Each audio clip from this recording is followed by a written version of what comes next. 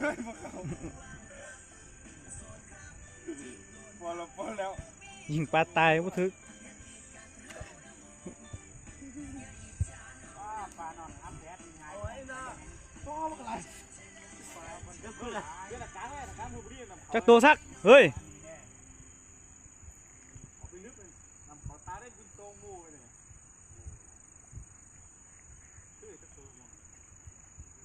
มิจิลีโจนำตาย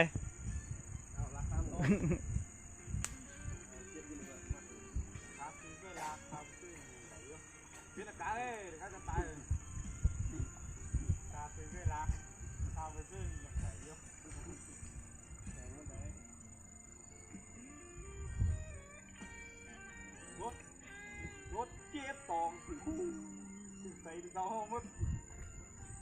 เฮ้ยรถสวัสดี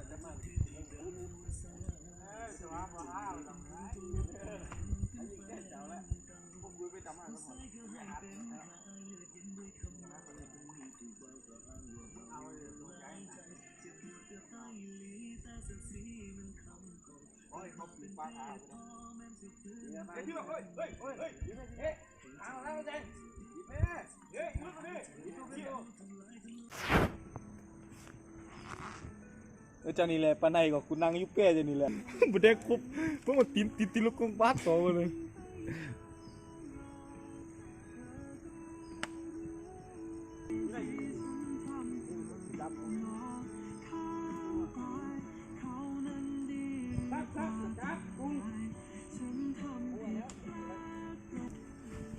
จักตัว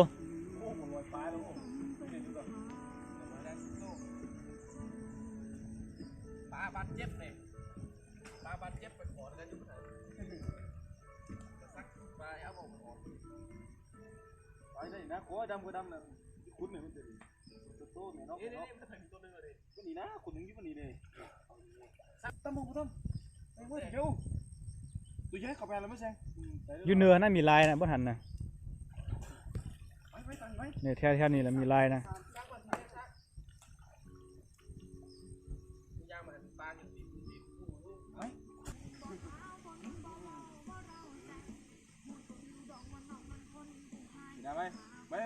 จกงูนี่แม่มึงจกเลยแม่ไหมบนนี่แหละกูเห็นมันเขาลายนะ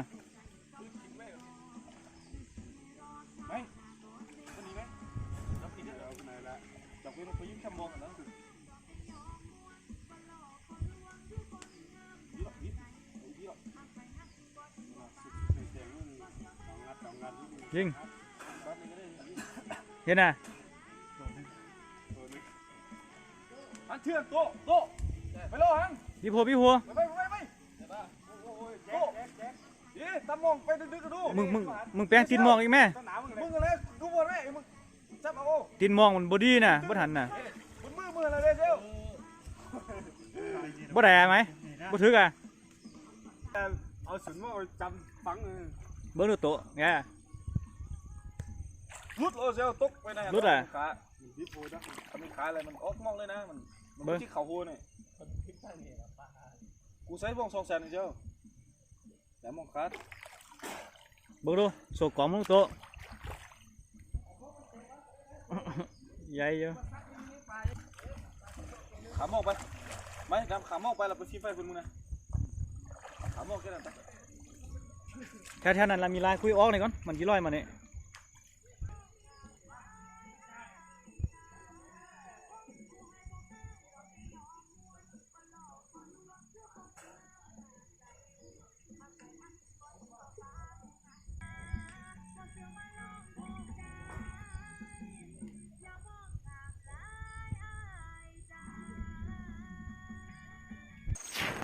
มึงได้จักตัวสัก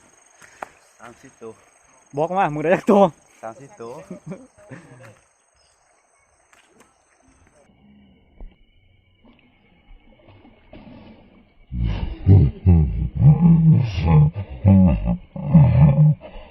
มองมาเห็นได้มาแล้วบันทึกก็แม่เวลามันจิ๊บบิ๊บดูแต่ก่อนเวลามันจิ๊บบิ๊บก็แซ่บตัวเท้า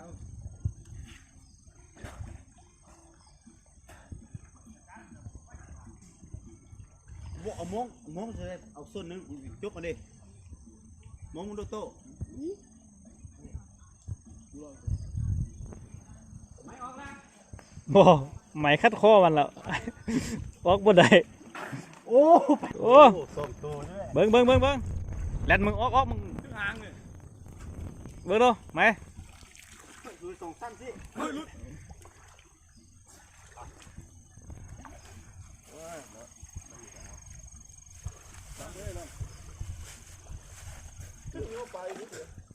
พอดีกันไหม มึงจับตัวใหญ่ๆมาออกมาเบิ่งตัวหนึงเบิ่งดู น้ำทีม ตัวใหญ่สุด เอาไฟน้อยหลังมันดู ทำนี่ใหญ่สุด ปลาลายโอ้โหปลา ใหญ่อะ เท่ามือที่ลึกขนาดนั้น เธอตัว โอ้ฝนตกแล้วกูซอกกระสังมาปกอันเครื่องของมัน โตกันตุ๊กได้สารเมื่อกี้แล่นโทรศัพท์กูยุ่ทุ่งมึงมานะ เนี่ยมันโนแมท แล่ ละ นกูวางแล่นโทรศัพท์กูทุ่งมึงนะโทรศัพท์กูทุ่งมึงมานะไปของนิรภัยแล้วเต้คุณพวกเขามานะ ใส่คนเมื่อยก็ได้ซ้ ที่สองโต๊ะเป็นไงไปกูมึงไปงุ่มปลาเอาจับใครมึงไปงุ่มปลามึงพัด ำปลาออกด้วย เราไม่ลุกได้สองโต๊ะได้หลายโต๊ะ ข้อดำข้อไต บ่นี่มีลายได้บ่นี่เนี่ย ปีกายมาเอาเนาะบึ้งเอาแล้วเรือมัดนี่ พี่กายกูดำอยู่บนหันปลาจับกูเบิ่งไง อ้อมเป็นมักหินเอาเนาะ ไปเอาคุกก่อนกว่าดาวกายไปดีก่อนมา งานเต็มทุงยางประมาณ2 โล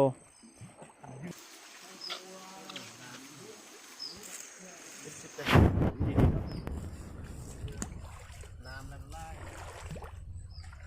ออกมาพี่เต้ออกมา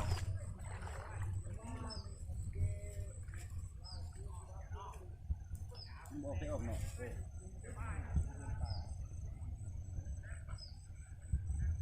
กูบ่เห็นจักตัว นี่โตมายืนเยี่ยงแม่นโต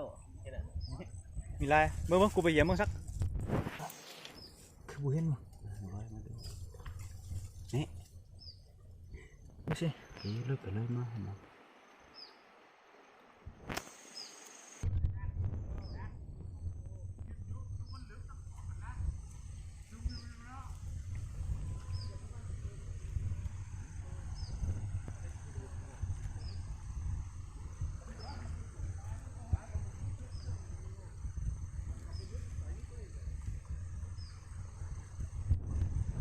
เบิ่งจับเอานี่ มันจับเอา เบิ่ง มันจับเอา ปานใด โอ้จับเอาบ่ได้ไหมเก่งใช่ปะ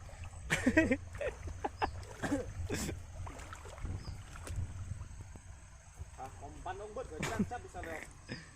พื้นออกแล้วก็มันบึกจังผมละนั่งเด้อ อ้าว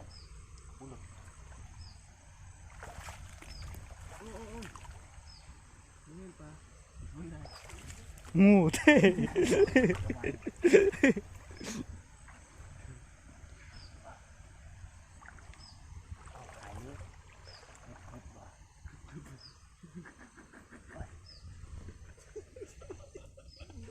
ตั้งมือเลยแม่งดำต้องมี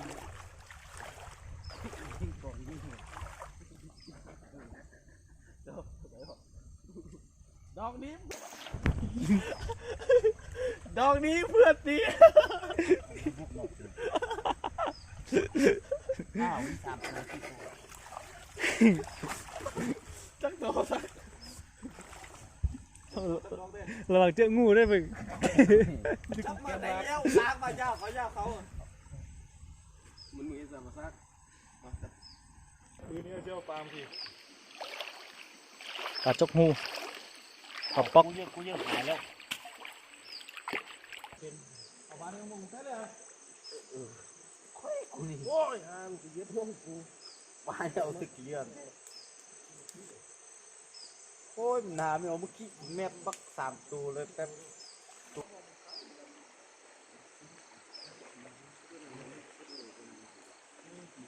มันลักมาได้มันขึ้นบกโค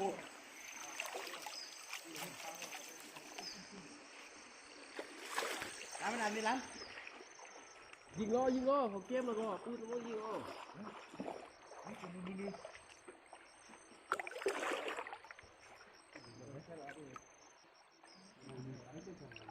ไม่เราเอามองเอาปลาสลิดลงไปซอสใส่บนเครื่องไหม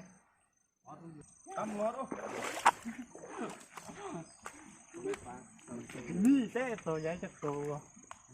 บ่ถือจักตัวใหญ่ ก็เอาก็มองไซส์นี่ปลาจักหน่อยเลยนี่เนาะมองแต่ว่า ดำหันบุมีนาวเลย เพิ่งกองไปเลย